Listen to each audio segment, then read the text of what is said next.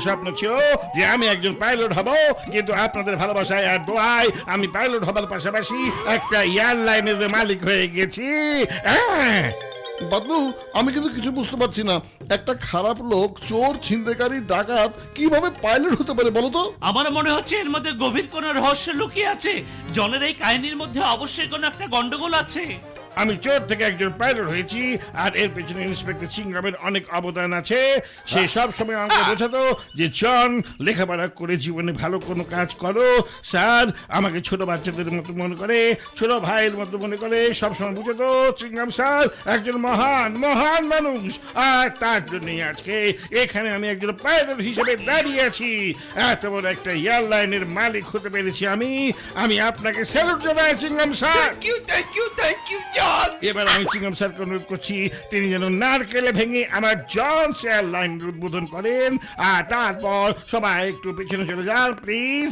যখনই উদ্বোধন হয়ে যাবে এখানে একটা উঁচু দেওয়াল চলে আসবে, যেটা আমাদের এয়ারক্রাফটের নিরাপত্তার জন্য। প্যাসেঞ্জাররা আপনারা কিছুক্ষণের মধ্যেই ফ্লাইটে যেতে পারবেন।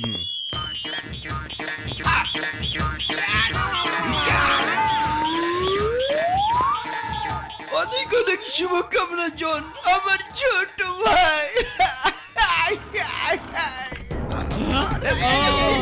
ওরে মা, থামো, থামো বলছি। আইনের নামে বলছি থামো। Impossible!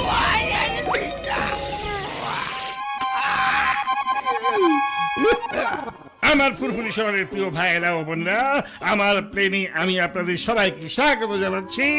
আপনাদের পাইলটের নাম হচ্ছে জন মানে ডন। সরি, ডন না, শুধু জন।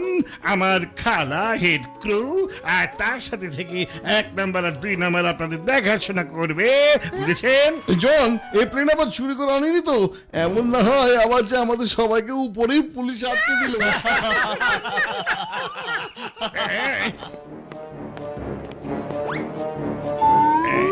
চলো।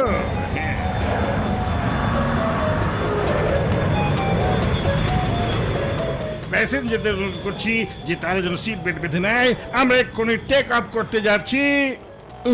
দেখো বাবলু, এই সিট বেল্টটা মনে হয় নষ্ট, ঠিক মতো লাগছেই না। মনে হচ্ছে এই সিট বেল্ট অনেক পুরনো, এটা ঠিক মতো লাগানোই যাচ্ছে না।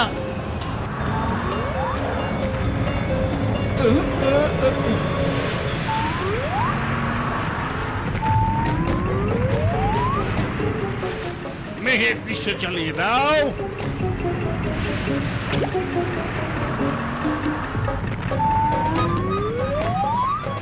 এবার আকাশে ডাকাত দল আক্রমণ করো।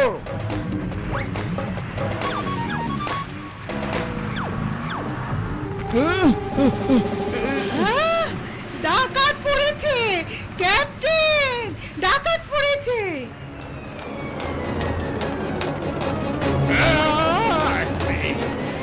যার যার কাছে দামি জিনিস আর টাকা পয়সা আছে সব দিয়ে দাও, তাড়াতাড়ি তাড়াতাড়ি দাও, তা না হলে কিন্তু প্লেন থেকে সবাইকে ফেলে দেবো আমরা। আমার প্যাসেঞ্জার কিছু করবেন না, দরকার হলে আমার সব টাকা নিয়ে নেন। এই নাও, এই নাও, আরো নাও। তোমার টাকা তো নেবই, ওদের সবগুলো টাকাও নিয়ে নেবো। এই দাঁড়াও, এক্ষুনি এক এক করে সবগুলোকে মজা দেখাচ্ছি আমি।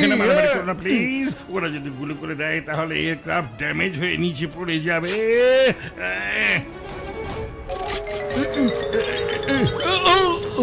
এই মাটিতে ডাকাতের কথা শুনেছি, সমুদ্রে ডাকাত থেকে শুনেছি, কিন্তু আকাশে ডাকাত আবার কোথা থেকে এলো? প্লেন ল্যান্ড করছে, প্যাসেঞ্জারদের কাছে অনুরোধ আপনারা সিট বেল্ট বেঁধে নিন।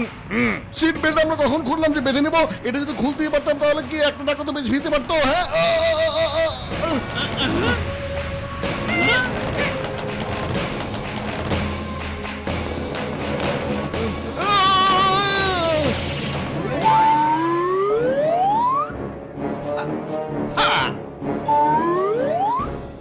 আমরা আমাদের প্ল্যান মতো জনের প্লেনের পেছনে পেছনে গিয়ে দেখবো যে কোন ডাকাতরা আসছে, আর যারা আসছে তারা কোথা থেকে আসছে। কালও বেঁচে গিয়েছিল, কিন্তু আজ কিছুতেই বাঁচতে পারবে না। জনের প্লেন তো কোথাও দেখতে পাচ্ছি না।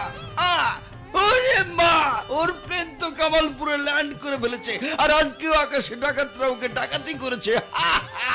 একটু অপেক্ষা করি, এবার যখন কামালপুর থেকে প্লেন রওনা দেবে তখন আমরা নিচের দিকে নজর রাখবো।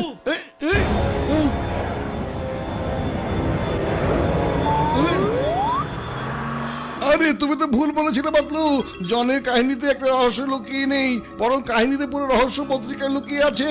খালি পেটে আমার মাথা একদমই কাজ করে না বাতলু। এবার তুমি একটা রহস্যের সমাধান খুঁজে বের করো তাড়াতাড়ি। বুদ্ধি পেয়েছি। কাল যখন ফুরফুরি শহর থেকে প্লেন রওনা দেবে তখনই আমরা জনকে উচিত শিক্ষা দেব।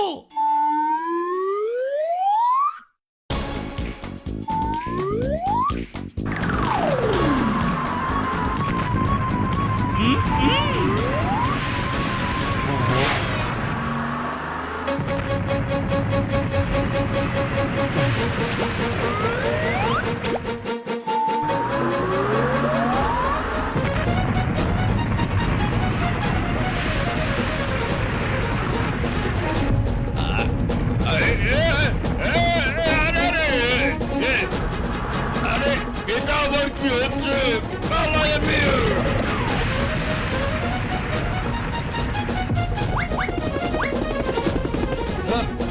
এবার আকাশের ডাকাতের অভিনয় আমরাই করবো।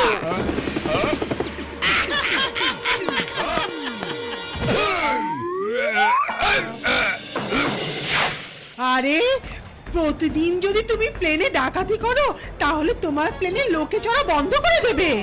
খেলা তুমি একদম ঠিক বলেছো। কাল থেকে আগামী 1 মাস আমি আর ডাকাতি করব না। আজকে এই পর্বের শেষ ডাকাতি হবে। আর এবার আমার এই প্ল্যানটা এতটা পারফেক্ট হয়েছে যে মোটামুটি আমার কিছু করতে পারবে না।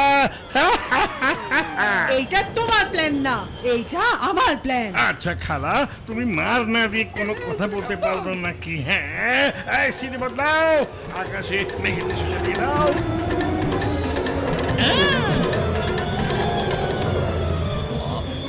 আরে এসব কি? মেঘের ভেতর মাছ ভেসে বেড়াচ্ছে। হ্যাঁ? আরে এইটা কোন সিঁড়ি চালিয়েছো তুমি? এখনই বদলে দাও, বদলে দাও। কি আকাশে হরিণ এলো কোথা থেকে? সিঁড়ি বদলাও। হ্যালো হ্যালো, আমার প্রিয় প্যাসেঞ্জাররা, হরিণ দেখে ভয় পাওয়ার কোনো কারণ নেই। ঠিক এই মুহূর্তে আমরা পাহাড়ের পাশ দিয়ে যাচ্ছি, আর এখানে মেঘ নেই, অথচ পাহাড়ের উপরে হরিণ ঘুরে বেড়াচ্ছে। তোমাদের টাকা পয়সা গহনাগাটি সব আমাদের দিয়ে দাও, আর তা নয় কিন্তু। আরে না না, তোমরা কেন এইভাবে আমার প্লেনের পিছনে লাগছো বারবার? আমার প্যাসেঞ্জারদের ছেড়ে দাও, আমার সাথেই তোমাদের যা ইচ্ছে সেটা করো প্লিজ। আমার প্যাসেঞ্জারদের ছেড়ে দাও না প্লিজ প্লিজ। ঠিক আছে, তোমার যা ইচ্ছে পাইলট।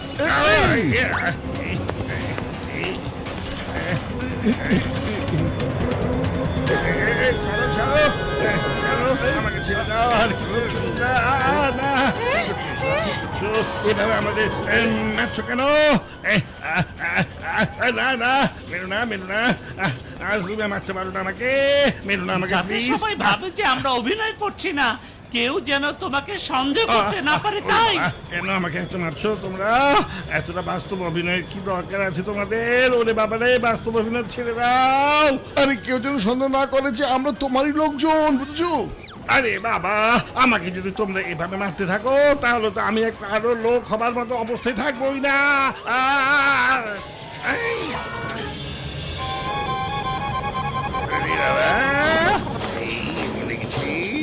আরে এ তো দেখি যমরাজ চলে এসেছে। আমরা কোথায় এলাম? আরে আমার ভাইরা, আমার বন্ধুরা, তোমরা দেখি ভয়ে মরে যাচ্ছ। এই সহকারী, এদের যখন আমরা এখানে পেয়ে গেলাম তখন একটু অঙ্ক করে দেখো কার মৃত্যুর সময় হয়ে গেছে। হ্যাঁ জি মহারাজ, আমি এক্ষুনি দেখছি। তোমাদের মধ্যে জনকে ও সময় হয়ে গেছে। যার নাম জন সে হাত উঁচু করো। না, আমাকে বাঁচাও, আমাকে বাঁচাও প্লিজ। এখানে জমলাজ চলে এসেছে, কিন্তু এখানে জমলাজ এলো কিভাবে? আমাদের তো মাটিতেই থাকার কথা, তাই না?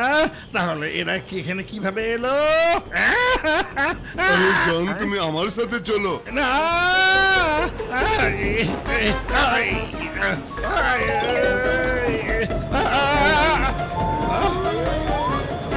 না না না, আমরা এখন আকাশে আছি, আমরা আকাশে আছি। প্লেন তো আকাশে উড়বে, তাই না? কিন্তু আমরা আকাশে এলাম কিভাবে? কেন আমরা আকাশে? কখন থেকে আকাশে? আকাশে আসার কারণটা কি? যমরাজ, সরি, আমি সত্যি খুবই সরি, আমাকে ছেড়ে দিন। এই, আরে মোটো ব্যর্থ তোমরা দুজন আমার সব প্ল্যান কিভাবে নষ্ট করে দাও ও খালাম্মা ওকে মারো ওদের পিঠাও আমার নাম চিঙ্গম, আর চিঙ্গমের হাত থেকে বাঁচা অসম্ভব, একেবারে ইম্পসিবল। তোমরা সবাই আইনের হাতে বন্দী। বন্ধুরা, জনের এই ফাঁদের বিষয়টা আমি তোমাদের বুঝিয়ে বলছি। ওকে মারো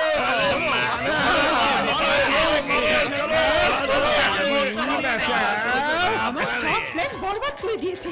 ধরো ওকে, ধরো বলছি, ওকে ধরো।